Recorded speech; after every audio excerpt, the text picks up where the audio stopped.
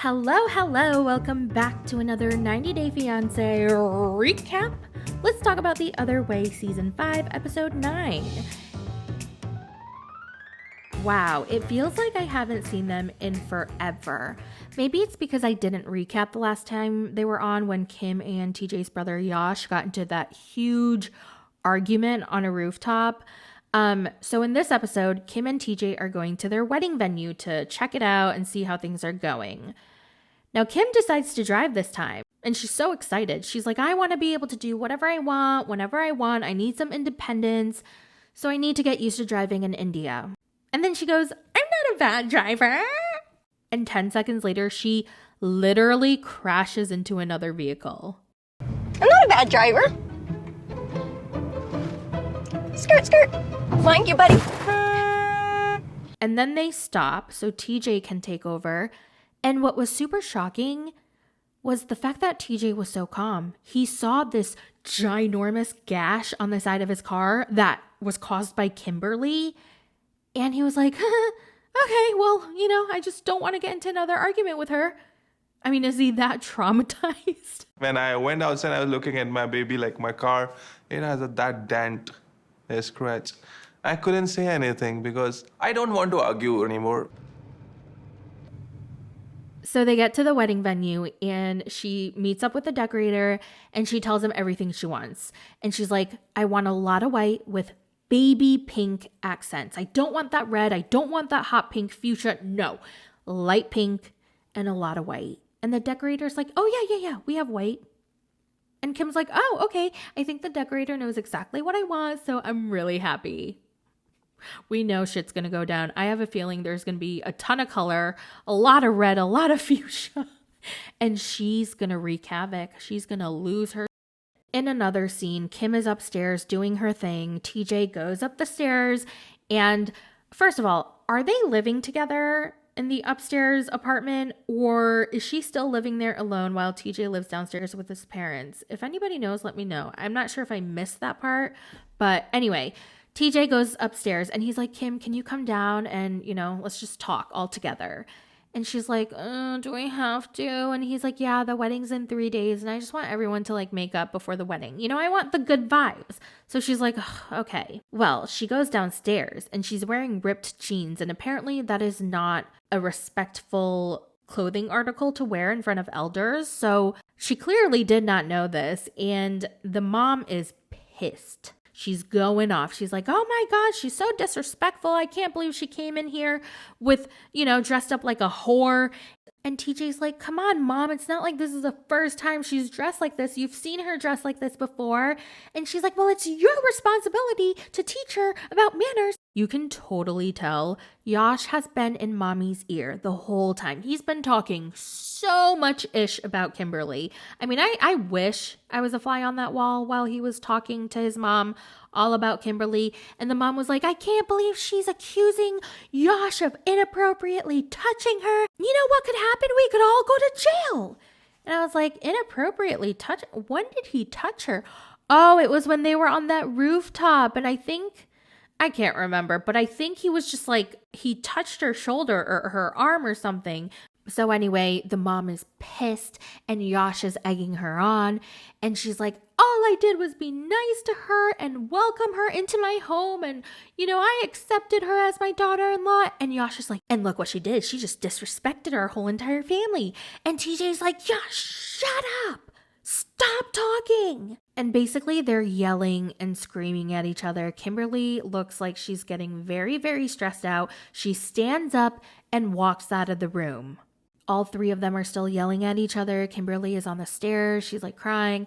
She's like, I don't want to be in this toxic type of environment. I grew up in a toxic household and I just refuse to do it again. And TJ basically gets up and throws a pillow towards his parents' direction and leaves. First of all, I was very shocked that he went against his family and kind of was on Kimberly's side. For some reason, I thought he was going to be on his family side and it was going to be Kimberly against TJ and his whole family. वो पल्ले नहीं पड़ा तू चुप रह तू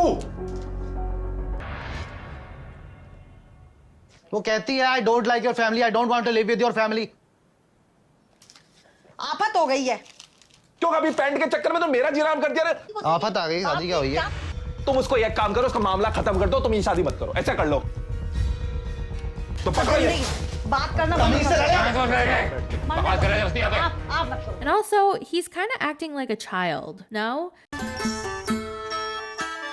Let's talk about Mary and Brandan. Oh my God, it just keeps getting worse, doesn't it? Mary takes Brandan to the house that she grew up in, and apparently this is a house that was destroyed in the typhoon, and that's why her grandparents are living with her and Brandan in the house that he built. They're sitting down, and Brandan tells Mary, listen, I'm out of money. I don't have any money. Every single paycheck that I made in America went to building this house, and I have about $300 left in my account, and that's it.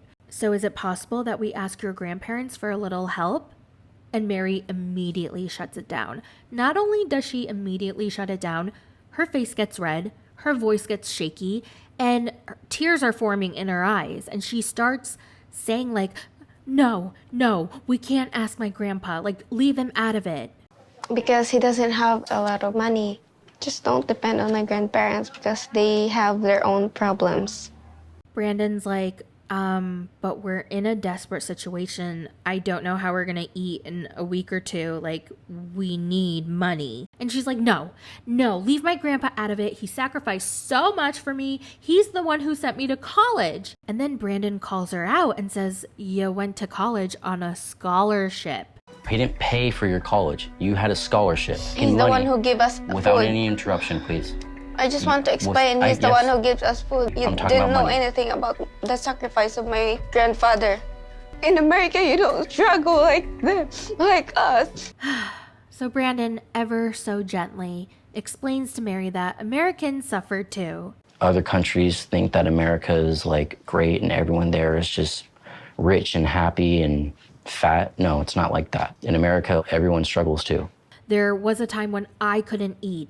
There was a time when I didn't have a bed to sleep in or a roof over my head, but I still did my best to provide for you. And Mary's like, yeah, I'm very thankful for that, but you still don't understand. The struggle in the Philippines is much, much worse than the struggle in America. But people in America have government support, like food stamps. Here in the Philippines, not all people will get support. And her final words to him are, do not ask my grandpa for help.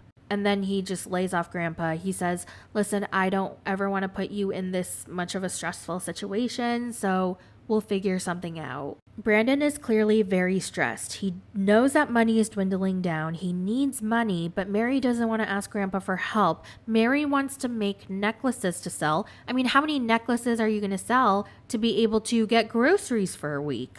Also, since Brandan can't work in the Philippines, can she work? Can she go out and get a job? Probably not, because then she won't be able to watch Brandan's every move. She'd probably have to install security cameras all over the house and make sure he sits in his room and doesn't go anywhere. Thank you for understanding.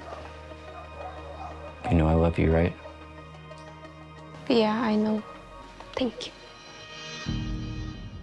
Oh, I really feel bad for him. I really like Brandan. I really, really do. I'm hoping he can find a remote job when he's legally allowed to work in the Philippines and he can make some income that way. I don't see them coming back for another season, so I don't think they're going to make 90-day money. I've been watching their vlogs. They're not that fun to watch. So I don't see them becoming social media influencers. I just hope he can find a normal job and she can find a normal job and they can raise their kid in a healthy environment. Well, that's it for the recap for The Other Way, Season 5, Episode 9. Now I'm going to finish up my UK recap, which I'm posting on Patreon, and then I will finish up my Before the 90 recap that I did of Gino and Jasmine, and who else was David and Sheila. I have that recorded, I just need to edit it. So I will talk to you guys later. Let me know all your thoughts in the comments, and have a wonderful day. Bye!